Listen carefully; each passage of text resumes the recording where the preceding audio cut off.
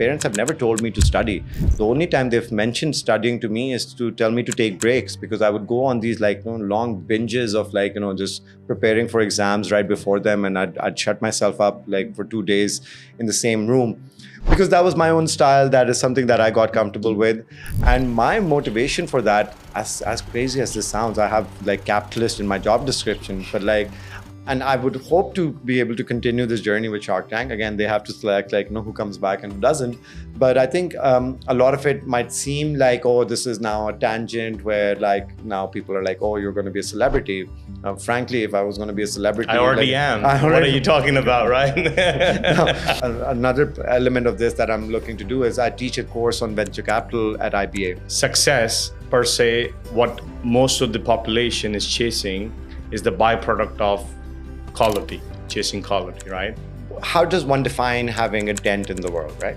Where anywhere in the world you are used as a frame of reference means you've done incredibly well. They think I went to MIT, so I must be some whiz kid. So Shark Tank fits in quite well with that greater mission of again, making a dent in Pakistan. Wherever there are challenges, there's a vacuum for opportunity and for growth and for success. When are you going to be the ones that step into that vacuum and fill it?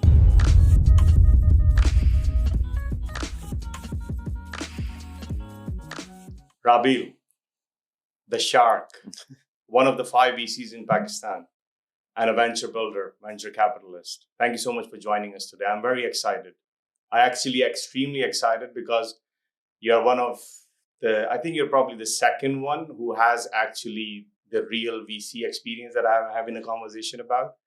So the very first thing I usually do, right, is ask the guests to bring us from their zero, where it all started, right? Because identifying and basically understanding the zero is far more important in doing whatever you do, right?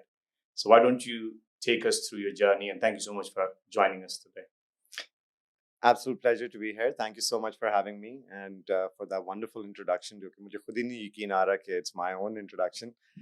My journey started in Rawalpindi. I'm a Pindi boy through and through. I grew up going to the school, St. Mary's Academy, which is quite known in the Pindi circles, but not really known outside of that, whether that's good or bad. And I ended up going to a cadet college in Hassan Abdal, and followed by A-levels in Frobels, Islamabad. And then by some stroke of luck, ended up at MIT in the US. And that journey was laced with quite a few experiences that I think ultimately helped shape both what I do now, but also my personality and the experiences, and prepared me for the experiences that were to come later on as well. Some apply to even my own knack for business, if I may put it that way. But I think a lot of them built that tenacity and perseverance, which ultimately has helped me get through some of the low points in life as well. And here I am. So thank you for having me. That's amazing. You just talked about the low points, right? So how was it like when you were growing up? What was your family dynamics, and who was your role model, and who sort of channeled your madness and your energy that we see now in a very positive manner? Unless you were a Goldie, ever since you were born, which is a very rare case, right? But who was that key figure, and what was it like growing up? Yeah, I think interestingly, there wasn't a single kind of mentor that I can look back at and say that, oh, okay, I shaped my life based on what that person told me or their own life. I think what happened was I was encouraged both by my parents, by my aunts and uncles, to just continue pushing in the direction in which I was pushing, whether that was academics or whether that was extracurriculars. And I think that built a certain self-belief in myself, which helped me get through it. I think there was a lot of independence, and that independence was afforded by the parents because they weren't controlling in that sense. In fact, I often joke about this, that my parents have never told me to study. The only time they've mentioned studying to me is to tell me to take breaks, because I would go on these long binges of just preparing for exams right before them, and I'd shut myself up for 2 days in the same room, because that was my own style. That is something that I got comfortable with. And my motivation for that, as crazy as this sounds, I have like capitalist in my job description, but like I would solve for the gifts and the rewards I would get for coming first in class. Right? I know this sounds like a ridiculous thing to go after, but I was like, in first grade, second grade, those type of that age, just basically the most exciting things in front of you are those small little things. And what ended up happening, there's a story like first grade, I came first in Sarmayacar's ki class, and my father in Pindi took me to this market called Bada Market. Okay. That had like all these electronics being sold there, a lot of them imported, and at that time, this is going to give away my age, but at that time, my dad bought me an Atari console. And I was on top of the world. I thought like, I'd like literally achieved everything that I could. Like, I'm in first grade, you come first and you get an Atari.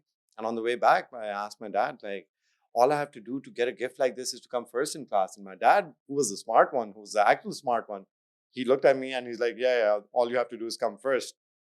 What he was doing was making the best trade a father has done with their child, because I wouldn't get Eid, I wouldn't get like birthday gifts from my father, but I would get that one gift for coming first in class. But Smart. but the thing that triggered in me was like, hey, you set an incentive. If there's an incentive set and there's a path to getting to that outcome, work hard to get there, and then you'll get that reward. Quite literally, that's what I do as a venture capitalist now in life, right? Like, we align incentives, we set this kind of like, rewards, which are basically like either an exit or like, wealth generation for the founders as well. And we align ourselves with them and like, hopefully do well if those people end up doing well as they are claiming or promising. So that was literally my story as well. I was in that time accompanying my father to small business dealings as well. And my dad used to one thing that he did in particular was like he'd go to like these cities like Sargodha, which is where he's from, and he would buy cars with number plates that were registered in Islamabad or Lahore or like one of the three larger cities, because there was an arbitrage opportunity. You would get a little bit more money if you sold those cars in those cities, because those were like the ones that generally people wanted to buy cars in. And so small trading profits like that, and I was seeing these dealings like in front of me as a young child, and that helped shape up a little bit this interest in doing business, and within business, like again, finding fundamental value in opportunities, right? Like so something is worth something, but like you find an opportunity that you can purchase it at lower than what should be the fundamental fair price. That then creates an opportunity for you to make a return. And that's what we do even now in companies. Ultimately, we're trying to see like where there's opportunity, and this is not just venture, which is what I'm doing predominantly now, but my experience, which has been private equity before starting Sarmayacar. That was the thing that we were looking for, and I think that's also shaped my way of thinking in everyday life as well. Like again, ultimately you want to go after quality, whether it's your life, relationships, businesses, and you want to get a good trade. So you want to pay less than what is fair price for them, which would constitute a good trade, but still go after quality. So I think that has helped me, like, both maintain my own standards and maybe also contribute in some way to bringing up the standards of the people that are around me, whether they're working with me or like, studying, etc. I think so that's helped shape, like, a lot of that shaping was done in early years of my life. Thank you. What you shared with me has a really profound impact. Even when you discussed it, before the recording, when we met for the first time. And the reason it is because there's a lot of resonance, right? So a small little thing a parent can consciously do for a child that could lead to something so amazing, right? But oftentimes we will find that people are chasing these big, massive dreams, overlooking the first principles, right? Overlooking the small little things, the foundation, which really sets you, up for success, right? So you mentioned quality. Why do you think quality is important? Why do you think one should choose quality over like what we want, instant gratification or instant dopamine hits or instant wins, right? Why do you think it's important to actually go after quality and being a venture capitalist, being a venture builder, right? It's a long, it's a long game, right? It's just something that doesn't happen overnight. So do you see the connection between your journey and what you're doing in that specific light? Absolutely, because quality is the only thing that sustains. If you are playing the long game and if you want to leave behind some sort of a legacy, if you want to make a difference in the world or in your own small little domain, you do have to bring that quality, because quality is the only thing that generates a premium in the world.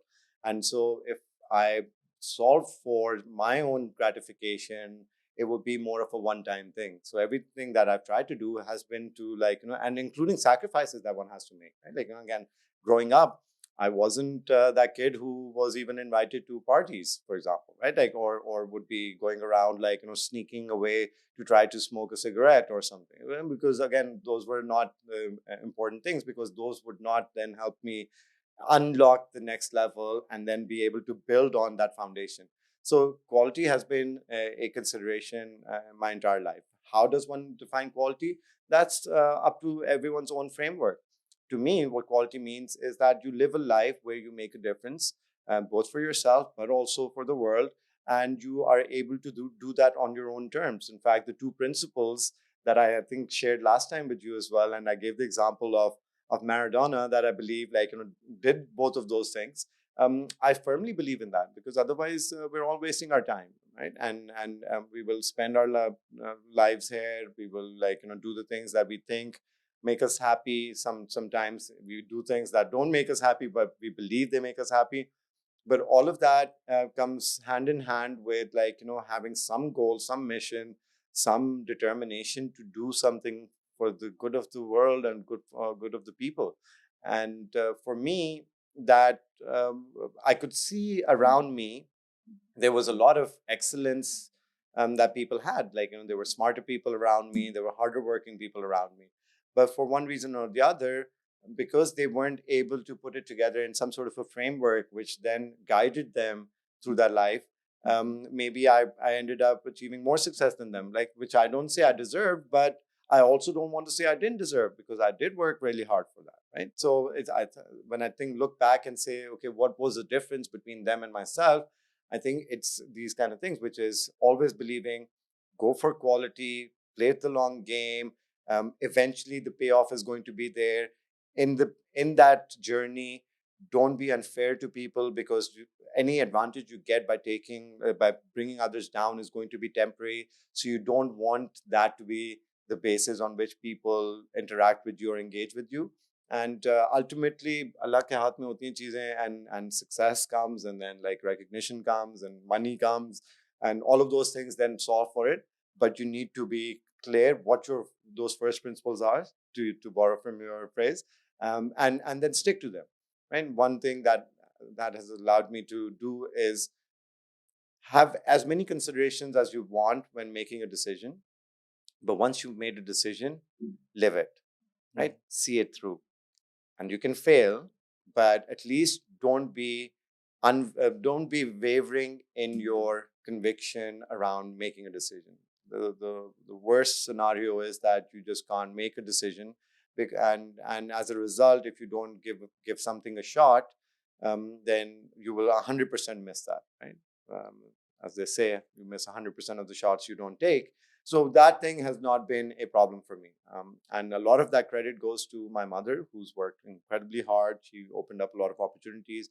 My father for marrying my mother and, like, letting her drive our early upbringing, our education, etc. Because she had more exposure. She understood, like, what the potential of the kids were. And like, again, it's always a combination that works. But दुआएं भी थीं और साथ डांटें भी थीं, सब कुछ मिलजुल के जिस तरह हुआ है, I will forever be grateful that, like, if I'd had different circumstance or different mix of people around me, I might not have been able to get where I am. That is so beautiful. I think there were just sparks as I was listening to you, right?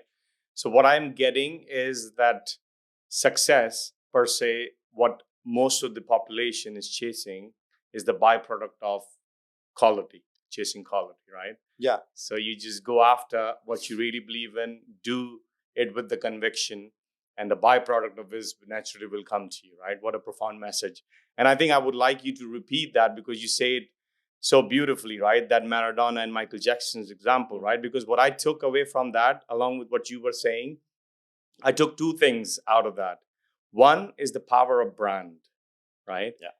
And I took the second message from that very profound wisdom was the power of one man, right?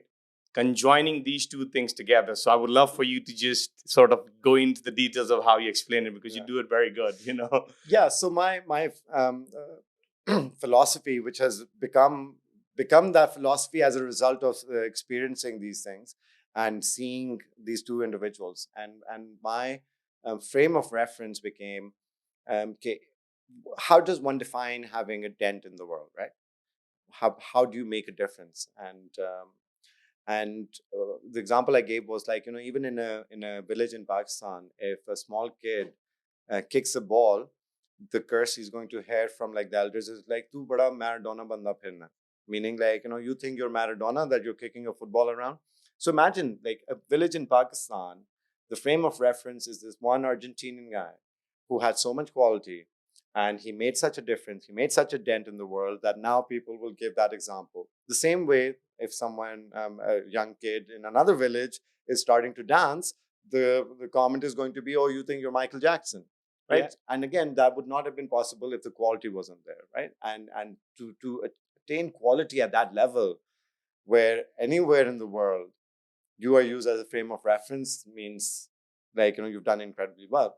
But it doesn't need to be like any part of the world. Even in your own small sphere, in your own domain, if you become a frame of reference for even 5 people, you then are doing something which has quality, and that is something that other people aspire to have, and you can then be the role model, etc. So to me, that qualifies as having a dent in the world.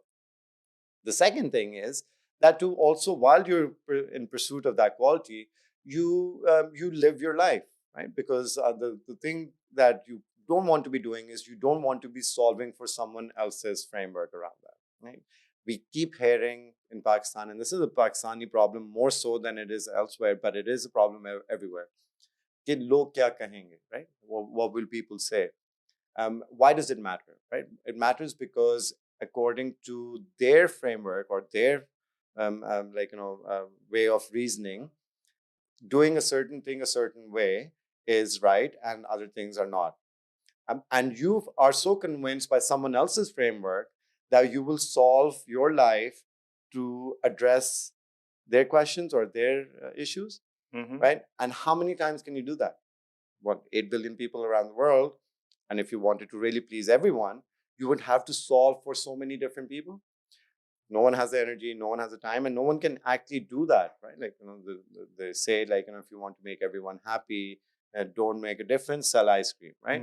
And so the second point that I was getting at, which was that live your life solving for your own framework and believe that your framework is going to lead to goodness and, like, that pursuit of quality, which is the other point. But at the same time, don't give yourself up, right? Don't become someone else because you're wanting to please others, or you're wanting to, like, have more value, yeah, have more izzat, yeah, koi bhi is tarah ki cheez. So those two things for me have been very clear. In any case, izzat Allah ke haath mein hoti hai.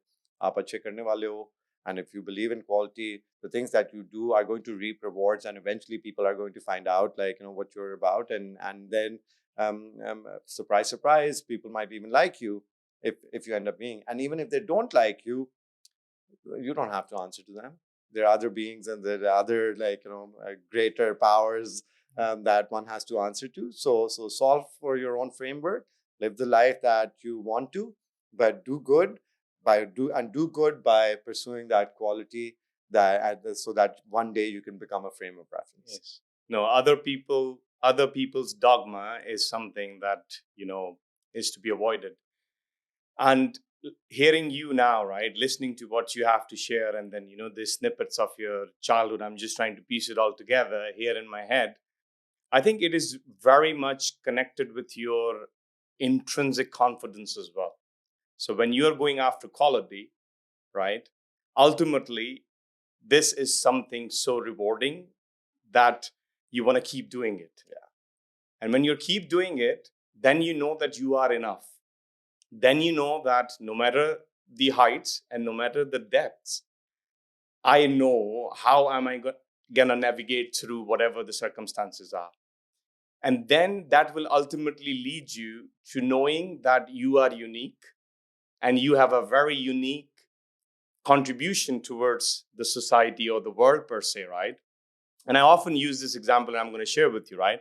So, you know, semiconductor manufacturing, right? So, Intel, for example, I would have had very close sort of experiences there. So, when you talk about billions of transistors, not just 8 billion, right? And then humans being able to actually manipulate with zeros and ones and being able to create such a beauty, right?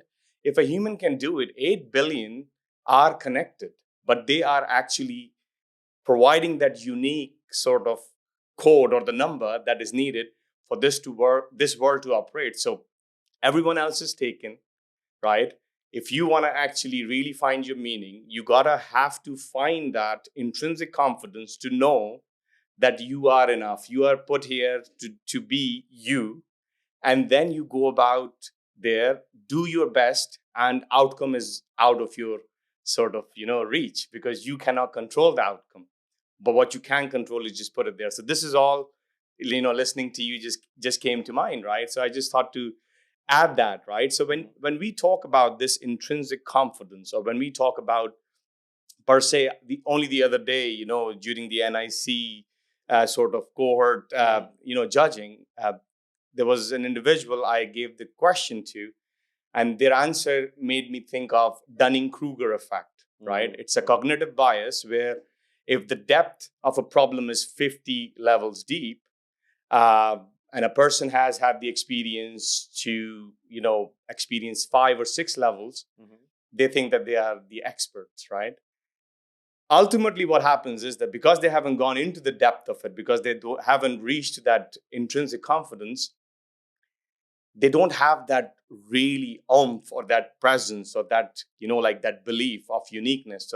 So putting the dent in the universe sort of becomes very difficult, right? So do you think that could be the fundamental problem that when you talked about people in Pakistan think that what other people are going to think, right? So they worry about it a lot because they are watching each other all the time, and the examples are not enough in comparison to 250 million of Pakistanis in the country, right? For example. So there are not enough examples to give that sort of like a right ratio. Do you think it has something? What are your thoughts around that actually? I agree with it. I've like it's human nature also to impose limitations on yourself, right? And impose limitations on what one can achieve and like how capable one might be. And my example that I shared earlier, I had like such reinforcing outcomes that I was like, oh no, I can do anything, right? Like to the point where maybe I might have been overconfident about some of those things. But what it did was it removed any sort of like limitation that I placed on myself. When I went to Ireland as a teenager, right? So one of the very first things I did was door to door. I used to do door to door sales, right? And it was commission only. And you are doing door to door sales in a country like Ireland, and you're selling home phone watches, right? So Phone Watch was the name of the company, right? And I was selling the house alarms in the safest country possible, in early 2000s. And what you're selling, where the police doesn't even carry weapon, right? This is how it is. People leave the doors open and stuff. It's a bit different than you would find in the UK, for example. And somehow I was successful. But the only thing that made me successful was 3.5 months I was in negative. But I was showing up every day at 8 o'clock, wasn't driving. I would just take a bus. I'll go there, wouldn't get back home till 11:30 at night. And I would see the revolving door. Many people were keep coming and going, coming and going, coming and going. But then the few people who were running or managing all of that, right? I always wondered what's keeping them. And they would have never be able to tell me that what's keeping them, but somehow the curiosity within me, right, and that determination sort of like kept me going.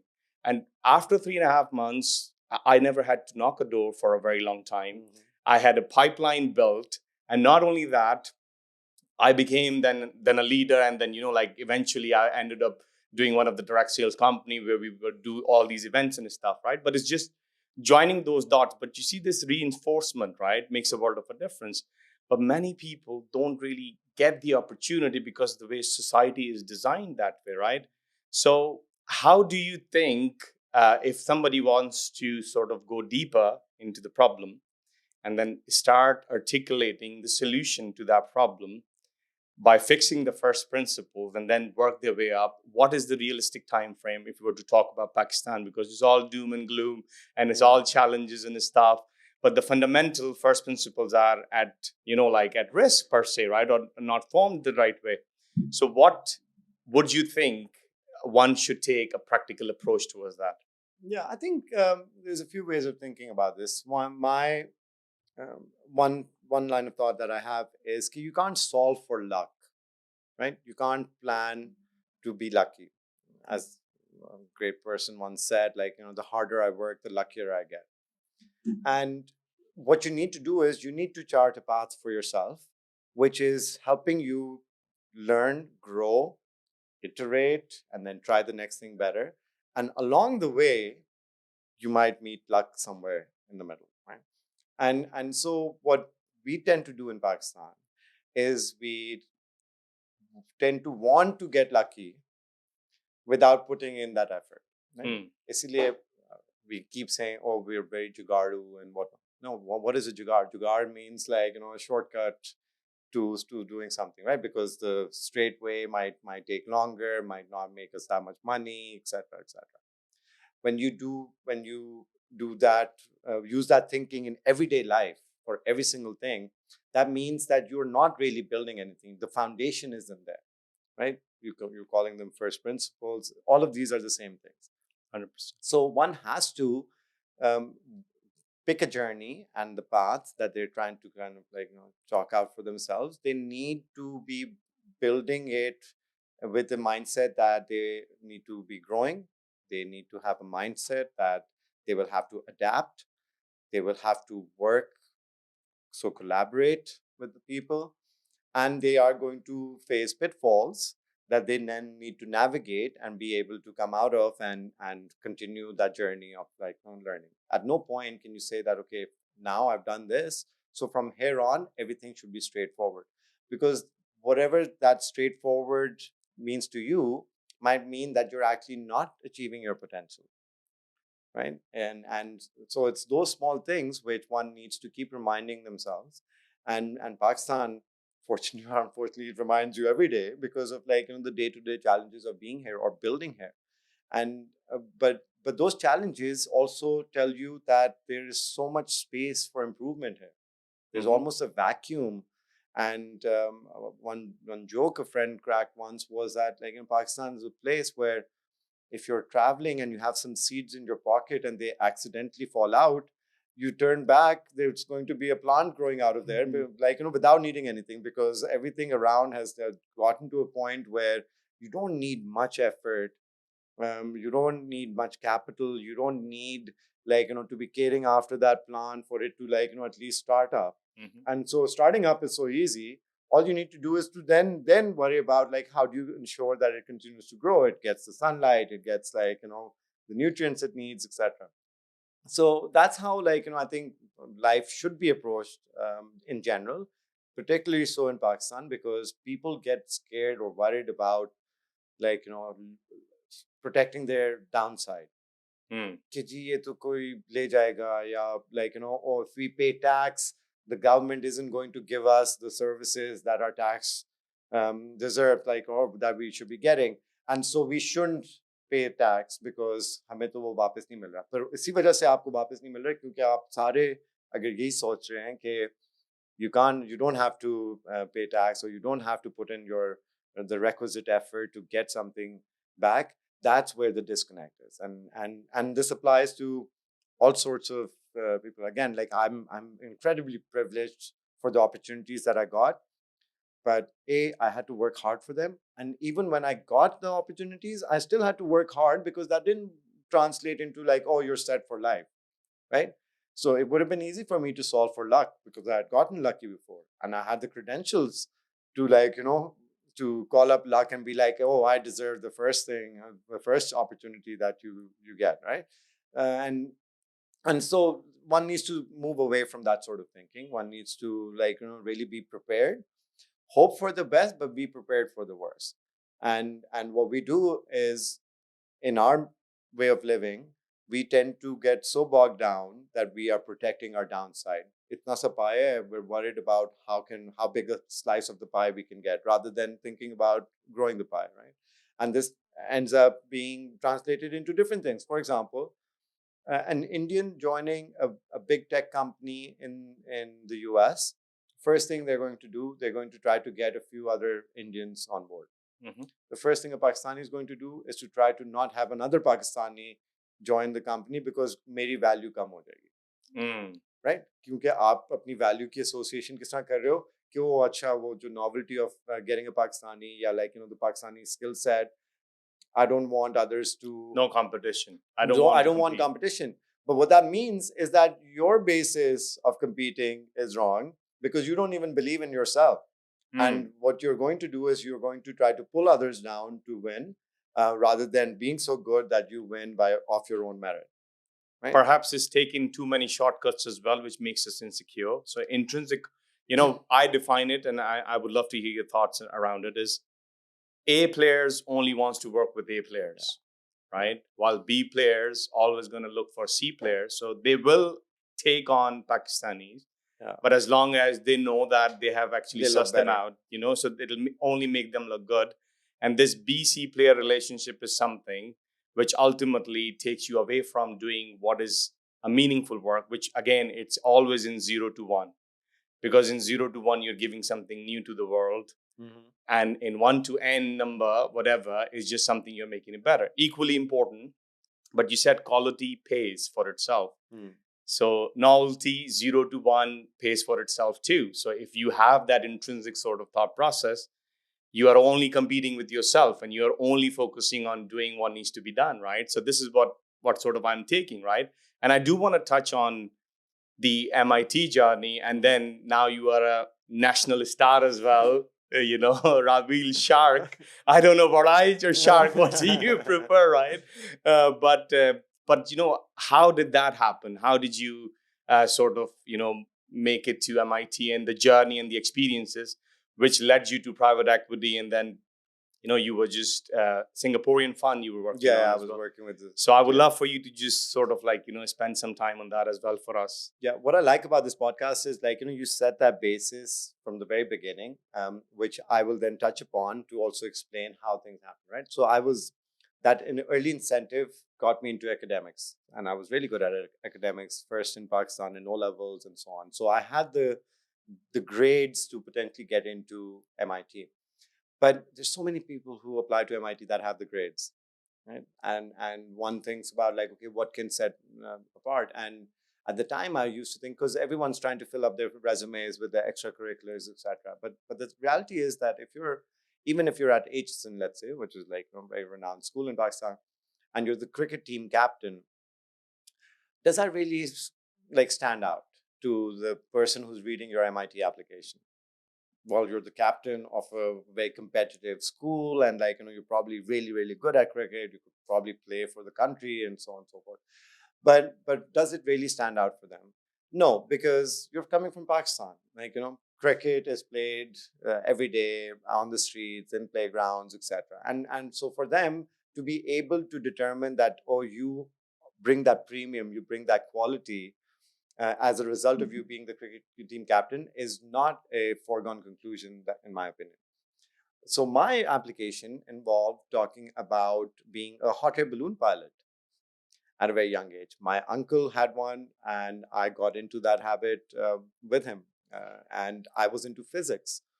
So the concept of a hot air rising, taking an entire balloon and navigating it based off of principles of physics was the nerdy thing that got me into it. But as it turns out, pretty good story for MIT to hear, right? And why was it special? Because I got to do it on Pakistan's National Day in front of Parliament, and all they wanted me to do was to drop some rose petals, take it up. It was a tandem one, so it was tied to still a rope, But it was quite an interesting thing for me to be able to do. And when I was writing these applications, I didn't know what else to really highlight, because everyone had all these credentials, everyone had grades, everyone was doing all this in extracurricular activity. But so that was the kind of thinking. Maybe stupidly confident in myself, which again I've had to tamper over the years. But that same thinking also, once I got in there, got me to. I partnered with a very close friend of mine, and we both ran for to be co-presidents of the International Students Association within 3 months of joining MIT, freshman year. No one thinks of these things like at that time, because hey, like you should be focusing on XYZ. I think. Sorry to cut you. Trail of thought is like, we're not here to take part. We are here to take over. Right? Bring it on. Right? I love that. Absolutely. Raw. And that and because she was Indian and I'm Pakistani, we Oh, had like power this whole kind of like this kind of this partnership going. And I remember it was the same thing that I mentioned earlier, because I couldn't convince myself that, oh, you can't do it, right? And she also couldn't convince herself that she couldn't do it. And we thought that no, we are going to stand out at MIT by being able to take on a leadership role. I'm not going to compete on GPA over there, because that was not necessarily like where my skill set and aptitude and like personality interacted, right? Like the grades were to get into MIT, still make it through MIT with decent enough grades, but don't just like spend the entire life or time Chasing over there numbers. chasing numbers. And so that's how like it just like that confidence got reinforced. We got elected. The next year we got reelected again. So that by the time I'm in my third year, I'm in a position like, no, I'm not going to take the president role, right? Like, imagine like who thinks like a kid coming from Pindi, Pakistan is like, in such kind of opportunities. And even since graduation, I've had such positive bias of people towards me, like because they think like I went to MIT, so I must be some whiz kid, and that like I know everything, which I didn't tell them. Oh, I don't know everything, but it was such a positive bias from their side that I never experienced any of this like negative element of like, oh, you go there, you chase and the American dream or whatever dream you're chasing, and people don't take you seriously because you've come from Pakistan. I was like, no. In fact, I got special attention because I had come from Pakistan, and they're like, oh, you made it to MIT, you did this, you did that. All of that was positive. So It I is a don't want to like product, turn yeah. back and be like lie about it, and just to get a sob story out and like get empathy from people. No, I don't want that empathy. I want people to know what actually happened. And in that journey, again, I worked hard. I got lucky, and I had a lot of like support around me. But I kept pushing, because there was nothing that was no mountain that was insurmountable. There was no like issue or task that was too big, Hmm. at least to get started. While 99% of the kids are playing cricket, I was in the hot air balloon. So I'm going to actually talk about it, Exactly. right? So I gave up on fun time to do that, because packing a hot air balloon takes time, right? Like it only looks exciting when it's like filled with air and up, but like unpacking and packing, that's like hours of work before and after. That's delayed gratification, Exactly. right? That's just Exactly. difficult stuff, Exactly. right? And I mean, again, also there were some elements which might not be like the ones that I want young kids to take away, but those were still there. There was glamour attached to a lot of these things. Like I liked attention, and when I got those results, I was getting attention. I was getting gifts. So I don't want to say that like I was some kind of like Saint. saint, like that wasn't Enjoying all this enjoying all of attention. this, right? Yeah, I absolutely. You think worked for it and you were enjoying the rewards. There's yeah, nothing and wrong I with was it. just unapologetic about it. Yeah, Like you किसी का must. advantage. I've never tried to take advantage of someone to get that gratification. But if I'm getting it, then I'm going to enjoy I'm it. going to enjoy it. And I'm not going to it's be rightly apologetic. so. Rightly Yeah. so. So from the MIT, then you went into. Went into finance. I was one of those kids that like didn't know what the difference between an investment banker and a bank teller was up until university. But then I figured out like, oh, this seems like they make money. They like wear these like snazzy suits.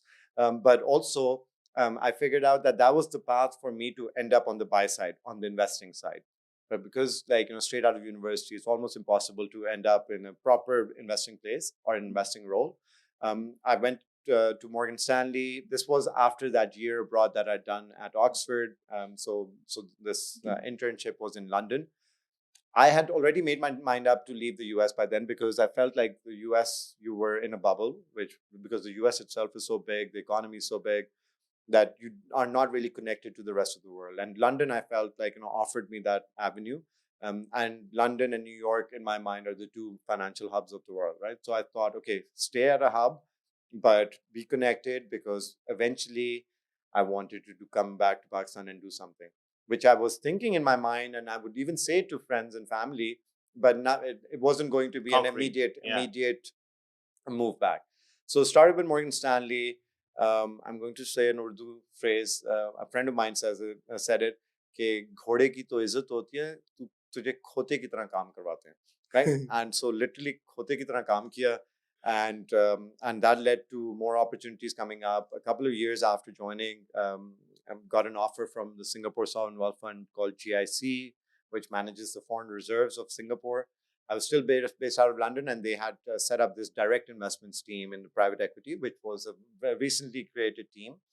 And there were only 5 of us at the beginning. So I got so much runway to just go there and learn, but also then be intimately involved in doing deals where the numbers were massive.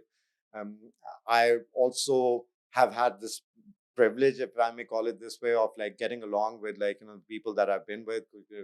मस्तियां भी साथ चलती थी. I would be a little bit the character that would keep it light, crack jokes, etc. And I think that's just generally served me well in life, and has been part of my personality. So again, not apologetic about it. Authenticity. Exactly. Yeah. But at the same time, that pursuit of quality meant हर चीज काम एक level पे करना है, right? Yes. Because otherwise, it breaks. So mediocrity is sin. Yeah, and so I was really running with everything at GIC. Got an opportunity to invest across various different sectors, and because GIC is so massive, even the deals that I wasn't working on, I could see what the dynamics were. I was getting exposure to all kinds of different spaces. That was the time that I actually ended up making a small investment in Spotify. Bought shares together with a couple of my colleagues. Bought shares from employee number 9 or 10 or something like that, who was in a private transaction of this platform in the US. And that was the time that piqued some interest in investing in earlier stage businesses. So what I ended up doing with Sarmayacar, which is try to find fundamentally valuable things or assets to get into, and we can talk about what makes them quality. So find those opportunities, try to get in at an earlier stage, which meant you pay less for what would hopefully become a good business, and then just kind of go on that journey with them. So that investment I made in 2012, I think it was, ended up doing well out of that investment. But the money made from that investment wasn't the material thing. It was really that confidence and that belief that, hey, okay, you can now pick companies, you can structure deals, you can take it, exit, and if you keep recycling. That was the training that I had gotten as an investor. In 2016, I ended up spending all of my holidays that I got that year in Pakistan. And typically I would sit at summer of 2016. I was sitting in, there's this place called London Tea House, I think, or something like that in Lahore. No, it's not called London Tea House, something British Tea House or something of that sort. And I had a table there, and I would be sitting there, and I'd have booked these catch-up meetings. I didn't know the ecosystem at that time because I'd spent so many years abroad. And every hour, I would have someone else come to the table, and we'd have a short meeting. These were founders, other investors, ecosystem enablers, etc., etc. Summer of 2016, and 3 days I did this straight. So much so that English Tea House, it's called. Sorry, English Tea House के staff आके कहते हैं कि आप पहले इंसान हैं जिनका 3 दिन में डेली का 10,000 से ज्यादा बिल आया है चाय का sir. So I was like, no, but मैं और क्या करूं, क्योंकि मेरी ये सारी meetings हैं. So what I would do is I would reorder every hour. And they're like, no, it's okay. You order a couple of times during the day. You don't need to reorder. Okay. Right? So it was even to that point, yes. The motivation was okay, let's figure this out. To me, that was an investment being made to try to figure out who are the people to work with. And interestingly, the first deal that I ended up doing in Pakistan as part of this Sarmayacar wasn't even there at that time, but was in a music streaming platform called Patari. So Spotify music streaming to Patari, Patari. right? Okay. And over there, the concept was that okay, this localized music platform. Again, like a Interesting. lot of the Yes. thesis kind of like overlap. So that just got me started investing in Pakistan. My current partner Bernard, he had invested, and a few other friends and people in the network. And when that happened, got a lot of projection because in Pakistan, if you start waving cash, there's going to be a queue like 2 kilometers long outside your house. And so we got a lot of access to deal flow immediately. I went back right after that deal. I was still at GIC, and I remember my desk phone started to ring from everyone from Dunya News to like founders, and I was like, how did they get this number, etc. But people are resourceful, they're smart, right? Like Yes. they figured Yes. out, okay, he works at GIC. They may call the main contact. Someone pretended like that they was tied to some deal, etc. So the receptionist Amazing. thought that it's a deal that I was doing at GIC, and so that's how it took off. And by the time it was March of 2017, our bonus cycle ran June to June, right? So July to June, really, June end. And that's an important consideration when we're working in finance in London and New York and those kind of places because they make you work so hard. My best friend Carson came to Pakistan at that time, and he saw around like what had started to become a little bit of a following, a bit of like access. We were wherever we were going, people would like start to recognize you.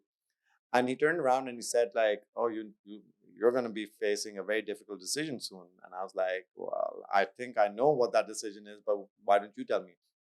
And he said that if you can live without with not knowing what you could have done in Pakistan or what you can build in Pakistan, if you can live with that, never knowing, then you don't have to do anything. You just go back, you continue to work where you are working. But can you really live with it? And he Deep. knew exactly what he was saying Deep. because I couldn't live with it. After having told you all this background, mentioning that I never took like challenge to mean that I couldn't do it, etc. All he did was he nudged me to ask myself that question, and immediately I'm like, oh no way, I'm going back to Pakistan and giving this a shot. Because, so what if a venture fund hasn't been raised for Pakistan? So what? It's in a brand new asset class for the country. If there's going to be someone to do it, I think I have a very good chance of doing it. Literally, that was the question. And the next day, I go to my boss, who, by the way, was living under some rock because he didn't have this idea of like everything that was being shared on social media, etc. And I told him like I think I'm going to go back to Pakistan and try to do this. And this was 2 weeks before the bonuses and everything was going to be paid. To my surprise, GIC gave me the best bonus that they had given up until that time. They allowed me to keep my carry. A lot of positive things. They introduced me to IFC, which ended up being the largest investors in the fund, and so on. So I'm telling myself either they really want me out of there because I did such a terrible job, or everything that I had been harping on about all these years about Pakistan and like completing the circle and doing something and going for it and not being bogged down by like what people think, that they also believe that this made sense. And I think I got the best possible send off from them, which was really like an empowering one, rather than saying, "Oh my God, I need to get out of there because my time there is short." And I started this journey then of raising that first fund. This is 2017 summer. September 17th was my last day. I remember these last days very, very clearly. September 18th, I was at my pitching at a family office conference in San Francisco. So 17th last day, 18th I'm pitching. And from that day on, it just kept going like, on a few hours notice, I'd fly to any part of the world, go and share my story. And people would ask simple questions like, oh, will you move after the fund is raised? Are you going to put your own money in? Are you going to draw all the capital one day? I'm like, no, no, none of that. I'm starting with my own capital. I've already moved. Like, there is none of this if then buts around it. I will give it a shot. Let's see if it comes together or not. And the more I was sharing that story with people, the more it was resonating, right? Because people would do their own simple calculation, including Pakistanis in the diaspora. They'd be like, is he a complete idiot? Maybe not. Does he have opportunities wherever he is, like London, New York, etc.? Yes, he does. Is there something that is to be done in Pakistan? Is there an opportunity? Yes.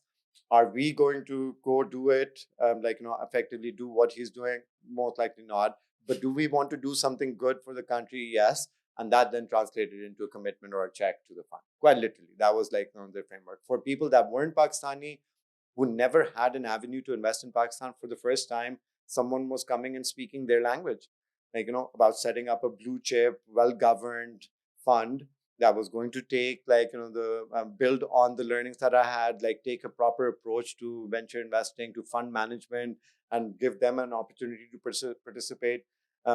So why not, right? Because again, over time, when you do good work, when you do quality work, and you stay true to your principles, people build trust in you. Mm-hmm. So I just said, okay, if there's going to be one thing that I'm going to leverage all this trust, it's going to be this, right? So I went around. I'm like, okay, no shame, no nothing.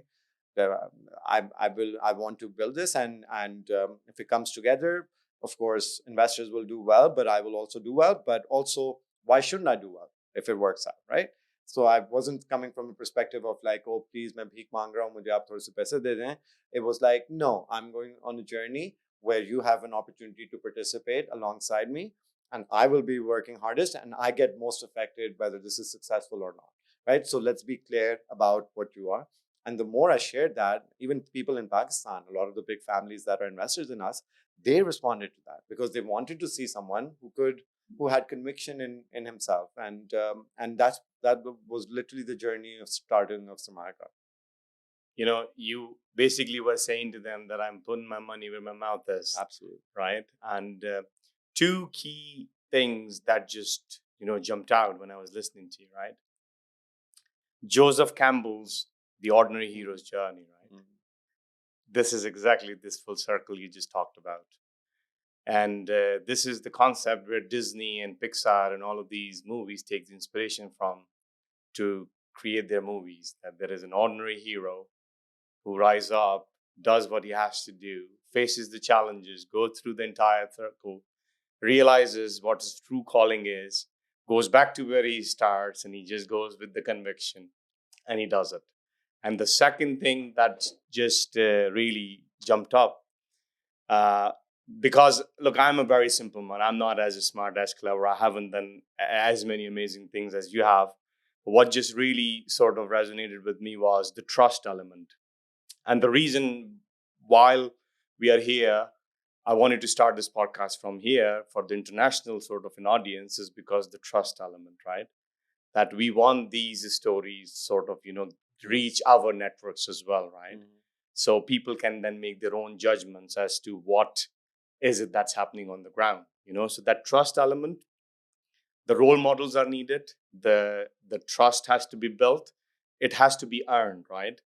And I think I have quoted this before in one of the episodes, but I'm going to do it again anyway, because sometimes the reinforcement is very important. Confucius used to say to his disciples, right, that a ruler must have three things. He must have food, a weapon, and trust. If he must forgo anything, he must forgo weapon, food, and let the trust be the last one. Yeah. So it has really, sort of that essence where people don't realize that, which you said earlier on in the episode, that if somebody's cutting corner, if somebody's getting away with it, right, they will have a temporary win, but karma, whatever you want to believe in, is going to catch up, right? And when it's going to catch up, ultimately, it's all going to go poof, right? So staying true and play long game, right? And I can sit here all day long, talk to you about these things, right? And I know we will be just coming to the conclusion of this episode. And I think, inshallah, in future, we will have another conversation. Inshallah.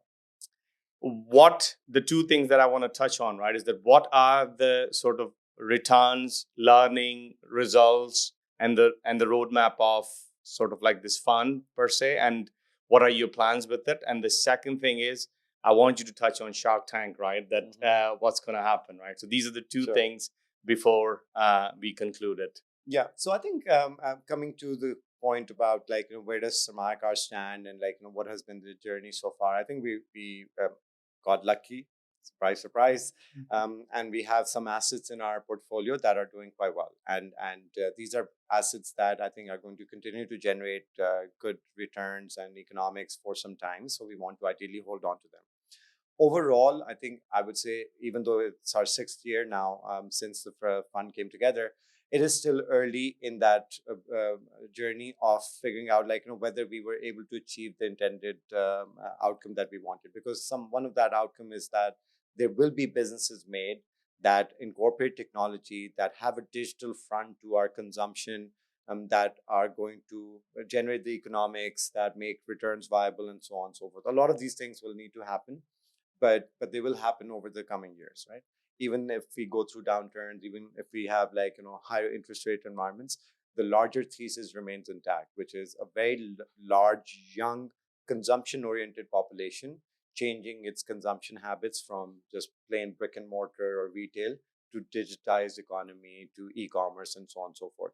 In that, we have learned some lessons as well, some painfully with losing money, but others more around, like, how the leaders operate, how people and talent function in the country.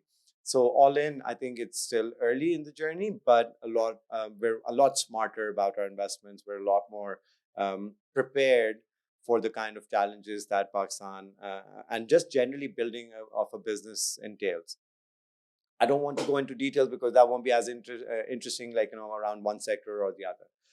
So what we're looking to do is we're looking to now translate that learning to go also beyond just that one segment that we targeted with our first fund, which was technology and technology enabled ventures. Now we're wanting to apply that same learning and the same approach to other thematic opportunities as well. One thematic opportunity that we're doing immediately is launching a climate fund, because the climate emergency is real. It's now, and Pakistan is one of the worst affected ones.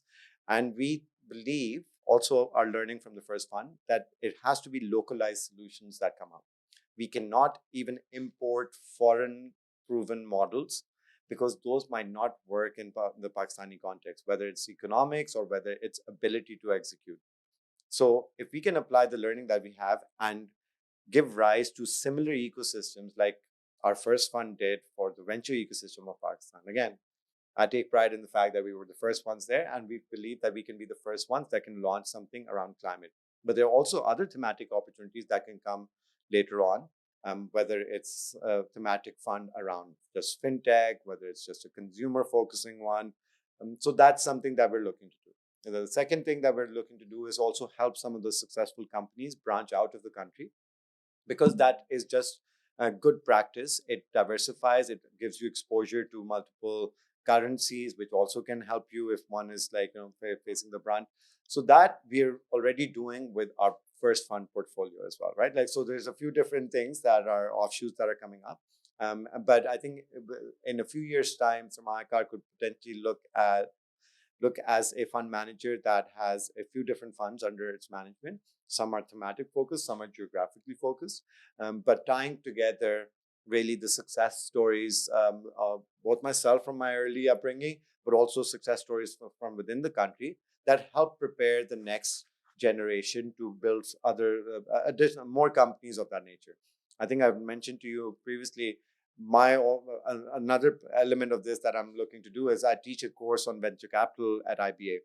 That's specifically to train the next venture capitalists of the country, not just entrepreneurs. We keep pushing on people or on the youth that, oh, go out there and become an entrepreneur, but you also need the other side, right? So this, in my own small way, is the way of, like, building a bit of an ecosystem around this, so that you're not just pursuing one thing, which like, increases risk, but, like, you don't know how to then do the support function around it, like, because you need talent to do this, you need resources, you need capital, all of that. So it needs to be progressed together in that way. So that's really the direction in which I'm hoping to take Sarmayacar, and you'll be hearing hopefully more about it, like, soon.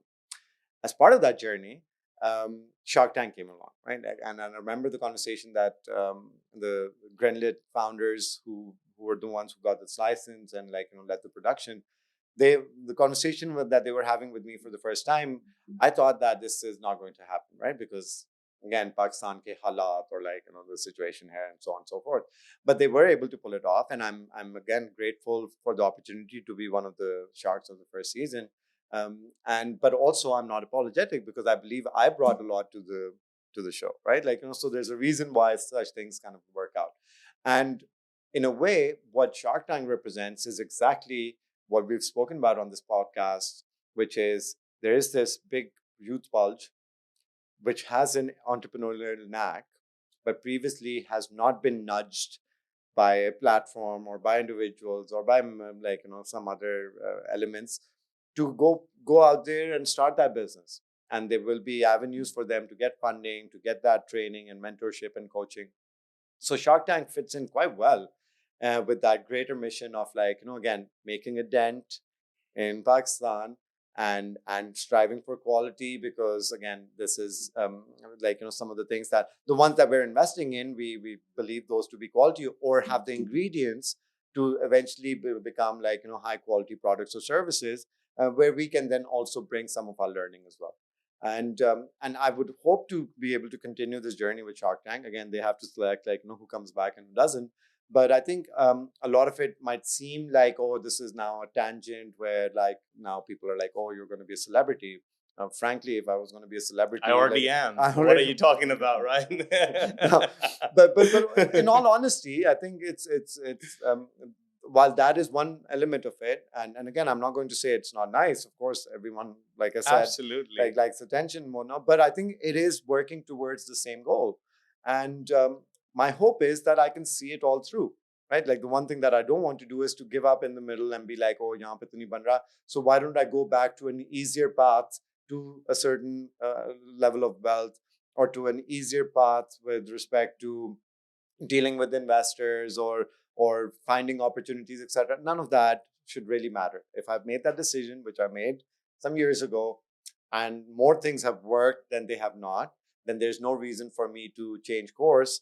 All I need to do is to be tenacious, be persistent, continue at it. My principle of, like, going for quality and delivering quality remains the same, and more things will hopefully fall in place. And in a few years' time, we can hopefully have the next generation doing this podcast, and giving examples of, like, hey, how now we think in first principles as a starting point, rather than you having to go deliver a course to, like, as part of an executive MBA, where you're teaching people that, oh, you might already be leading a business, but, like, have you thought about those first principles? We need that to become the norm. We need to normalize that kind of thinking. We need to normalize risk taking. We need to normalize someone having ambitious goals that, like, the parents might not be used to hearing, but we need to remove that limitation we put on ourselves. You need to be that guy that feels confident. You can go approach anyone or any opportunity and have a fair crack at making it a success. You are very precious, my friend. And I'm saying this on air is because it's just music to my ears. And of course, you're not going to be a hero in everybody's journey. I mean, everybody's story, and not everybody's going to be able to see the same North Star as you, but I certainly do. Hence, we have that connection, right? You see, global ambition is important, right? If you think you can, if you think you can't, either ways, you're right. I'm a firm believer of it. And everything on an atomic level starts from a thought. Yeah. And that's what you are resonating, right? That's what you're doing. And I do want to make a comment on my observation, very little experience of Pakistan's market, is that some things are qualitative, some things are quantitative. On a cycle of anything which is starting the evolution or the bell curve, there is a lot of qualitative work that goes into, where only a special type of people will be able to put their neck on the line or do what you have done, right? So there may not be very tangible results for the left-brained or left hemisphere-driven people to understand what you're doing. But as you rightly said, right, somebody had to do that dirty work. Somebody had to actually be the first one. Somebody had to sort of introduce that, right? So that's something I want to applaud your, efforts and what you have done. And to build up on that for the audience, I again, this is how I perceive it, right? Usually there are three types of problems that you can be solving or you can be doing in terms of making something better. There are simple systems, there are complicated systems, and then you have complex systems. And often the example that I would have learned would be a simple system is making, let's say, mango shake, right? That you just take slices of mangoes, you put milk in it, and you just off you go, right? You have that mango shake. A complicated system is where you do know the outcome, but it's complicated. It's like doing your finances or doing some sort of like, a process which requires you certain level of skills, but you can predict that you're going to have the P&L or the balance sheet in the end, right? The complex systems are complex, where you won't know the outcome until you do it. So whether it's a startup, whether it's building the community of a startups, it is a complex one, right? But you need to have that sort of balance of disruption and preservation, and coming both of them, like together. So raising a child, for example, right? So as you said, and we're going to end on that beautiful note where you started, right? Is that there was a level of sort of nudge, but there was no suffocation. If your parents were just there suffocating the shit out of you, right? And I'm being very frank, then you might have been sitting in a chair, similar chair with a therapist, not with me here, actually talking about the amazing thing that we're talking about. So that was this process. Being a parent is a complex one, right? And startup is a complex one, and everything worthwhile doing is a complex one, right? You just got to believe that you can do it. Just aim high, be comfortable with achieving low, and then you just keep going, right? So Rabeel, it's been phenomenal. Before we end, I would want you to give one piece of advice to the youth, to the people who really want to, who have had enough of Pakistan being the brand which is not very welcome, which is not very taken seriously. What piece of advice would you give to the people and youth in that context? My advice is get up and start doing something, because the only way that perception is going to change, the only way our image in the world is going to change, is if we start doing things differently and we start doing good things. The good stories will make it out. The funding that you need for the good business that you're building, you'll get, because there are going to be people who will come and find you. So stop making excuses. No one else is going to come and do it. Take your destiny in your own hand, because wherever there are challenges, there's a vacuum for opportunity and for growth and for success. When are you going to be the ones that step into that vacuum and fill it? Be the change that you want to see. Absolutely. Thank you, Rabeel. You have been phenomenal. Thank you for being here. Thank you so much. It very much My appreciated. absolute pleasure. I mean, always is a pleasure to speak to you. I'm glad I could share this podcast with you. And also thank you for all the great work that you're doing and for bringing out some of these stories, which again, and there needs to be that effort so that these messages also get out to the youths that we're talking about. So we do this together, and inshallah, your thing is going to be very successful. Thank you, Rabeel. Much appreciated. Thank you.